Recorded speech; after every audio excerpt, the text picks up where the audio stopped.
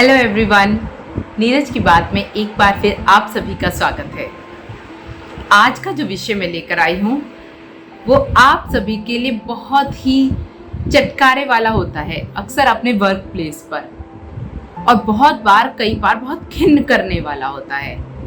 इस विषय को लेकर कई बार आप अपने बॉस से बहुत नाराज भी रहते हैं, और यदि आप खुद बॉस हैं तो इस बात को लेकर परेशान रहते हैं कि कैसे इस समस्या का निवारण किया जाए। चलिए एक कहानी के माध्यम से इस सब बात को समझने की कोशिश करते हैं। कहानी का शीर्षक है नेतृत्व। मैं बैठी हुई थी, खाने पर इंतजार कर रही थी इनका। बहुत देर हो गई, रात हो गई है, आ ही नहीं रहे हैं। डिनर का टाइम हो रहा है, टाइम तो बीत चुका है, अब तो इंतजार है कि कभी आएंगे। खिन्न होकर मैं इनके पास गई और इशारे से पूछा कि वो ठंडे हुए भोजन पर थोड़ा तरस खाया जाए।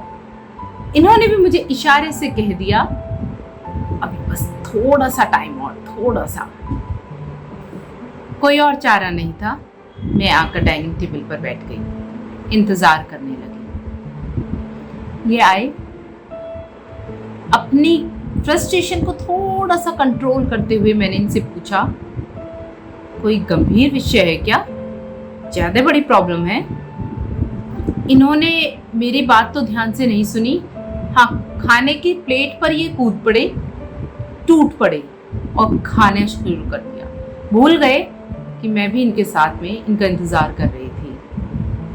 मैंने थोड़ा और अपने आप को नियंत्रित किया, फिर से अपना प्रश्न दोहराया, कोई परेशानी है क्या? हाँ, असल में एक बहुत बड़ा प्रोजेक्ट है और आज तो पूरी रात जागना पड़ सकता है। उसी की ड्यूटी असाइन कर रहा था। रात भर की ड्यूटी किसकी लगाई? नितिन की लगाई है।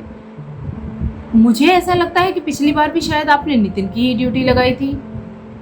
हाँ, वो थोड़ा जिम्मेदारी से कर लेता है ना। अच्छा, वो जिम्मेदारी से कर लेता है तो ये उसकी सजा है कि हर बार ड्यूटी उसी को मिलेगी। आपकी टीम में कितने लोग हैं?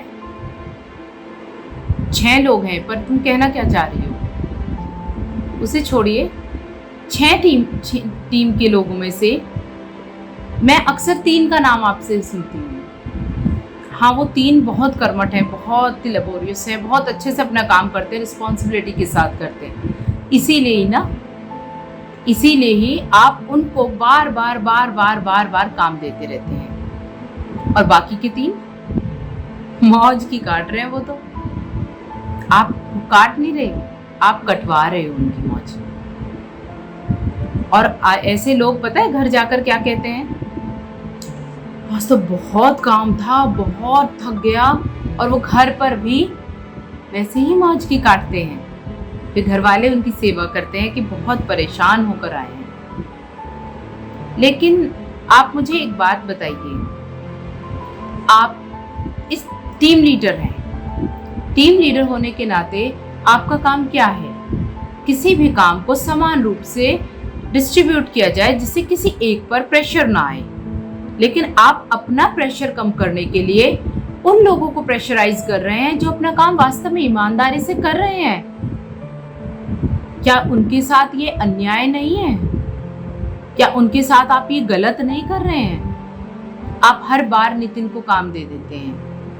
क्या आपने कभी नितिन से पूछा है, नितिन तुम्हें मैं ये काम दे रहा हूँ, तुम्हारे घर में आज कोई फंक्शन तो नहीं है, कोई परेशानी तो नहीं है, बच्चों को कहीं लेकर तो नहीं जाना, वाइफ को कोई प्रॉमिस तो नहीं किया, मम्मी पापा की कहीं कोई दवाई वगैरह या कुछ दिलवाने तो नहीं जाना? कभी पूछा है आपने उनसे? या नितिन तुम्हारी तबीयत तो ठीक है ना, कर लोगे इस काम को? पूछा है? कभी नहीं पूछा होगा। और बाकी 3 को अगर आपने कोई काम दिया, उनसे पूछने की जरूरत नहीं है, उनके पास 10 बहाने पहले ही होंगे, और उनके 10 बहाने देखते ही आप समझ जाते होंगे कि ये काम करने के मूड में नहीं है, काम बेकार करेंगे, गलत करेंगे, परेशान करेंगे। इन्हें जाने ही दो, छोड़ो इनको। और नितिन से या बाकी 2 से अपना काम करवा लेते हैं। आपने अपना काम पूरा करवा लिया तो आपका स्वार्थ तो पूरा हो गया।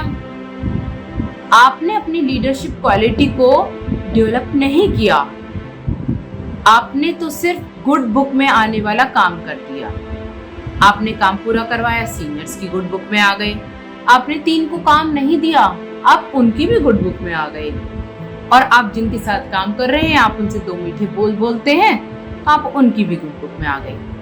सबका भला बनने के लिए आपने उन 3 लोगों के साथ कितना गलत किया, क्या आपका कभी इसका एहसास किया है आपने? अब आप सोचिए कि इस तरीके से आप उनसे 1 बार, 2 बार, 3 बार, 4 बार, हो सकता है इससे ज्यादा भी काम पूरे करवा लिए।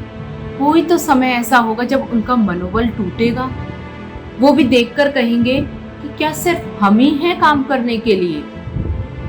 इस तरीके से तो आप उनकी कार्य क्षमता को भी प्रभावित कर रहे हैं। वो थोड़ा काम होगा, उनके वाला काम होगा, उसको पूरी शिद्दत से बहुत उत्साह के साथ करेंगे, लेकिन वो किसी और के हिस्से का भी काम करते हैं तो ना तो उस काम में क्वालिटी आती है और उनकी वर्क एफिशिएंसी भी प्रभावित होती है। तो आप तो अपने काम के साथ भी न्याय नहीं कर रहे हैं। आपके एक गलत डिसीजन ने, सिर्फ गुड बुक में आने की चाह ने काम भी प्रभावित किया, लोग भी प्रभावित किए। और आपको ईमानदारी से बताएं, आप उन लोगों की गुड बुक में कभी नहीं आ पाएंगे जिनसे आप ये काम करवा रहे हैं। आपने इस गुड बुक में आने की वजह से कितने अपने लोगों को खो दिया होगा, आपको इसका अभी एहसास नहीं है। सोचकर देखिए कि जो लोग काम नहीं करना चाहते वो तो उनकी गुड बुक में आप कभी होने नहीं, और आपकी गुड बुक में वो कभी होने नहीं, और कभी वो आपके अपने भी नहीं होने, क्योंकि उनकी फितरत नहीं है। लेकिन जो आपके अपने हैं, जिनके साथ आप इतना अन्याय करे जा रहे हो, तो कोई तो ऐसा लम्हा होगा जब उन्हें एहसास होगा इस चीज का। तो आपने क्या खोया? अपना एसेट, अपनी वो ताकत खो दी जिनकी बिना पर आप आगे बढ़ रहे थे। आपने उन अपनों को खो दिया। तो क्यों आप ऐसे लोगों की गुड बुक में आना चाहते हो जो आपके अपने हैं ही नहीं? आप सही को सही और गलत को गलत कहो ना। अगर आप सही को सही और गलत को गलत कह गए तो कम से कम वो लोग तो आपके अपने रहेंगे जो आपके अपने हैं, और जो आपके ऐसे कामों को अप्रिशिएट करते हैं। कम से कम इस चीज को तो ध्यान रखा जा सकता होगा। सही कह रही हो, मुझे तुम्हारी बातें बिल्कुल सही समझ में आ रही हैं, और मुझे एहसास भी है कि तुमने बैठकर अभी खाना नहीं खाया है और खाना मैंने ख़त्म कर दिया है। तुम खाना खा लो और मैं अपनी गुड बुक सुधार कर आती हूँ। कहानी के माध्यम से क्या समझाना चाहती हूँ ये तो आप भली बातें समझ गए होंगे। अब समय है इसको अपनी जिंदगी में उतारने का। हम अक्सर ये गलती करते हैं और अपनों को खोते चले जाते हैं। कोशिश कीजिए, अपनों को पाइए, और जो लोग ईमानदार हैं, जो लोग कर्मठता के साथ अपना काम करते हैं, उनका मनोबल बढ़ाइए, उनका साथ दीजिए, उन्हें टॉर्चर मत कीजिए। और अगर आपको ये कहानी पसंद आई हो तो इसे लाइक कीजिए, सब्सक्राइब कीजिए और शेयर कीजिए, ताकि ये उन तक पहुंचे जहां इस तरीके की गलतियां दोहराई जा रही हैं। Thank you, bye.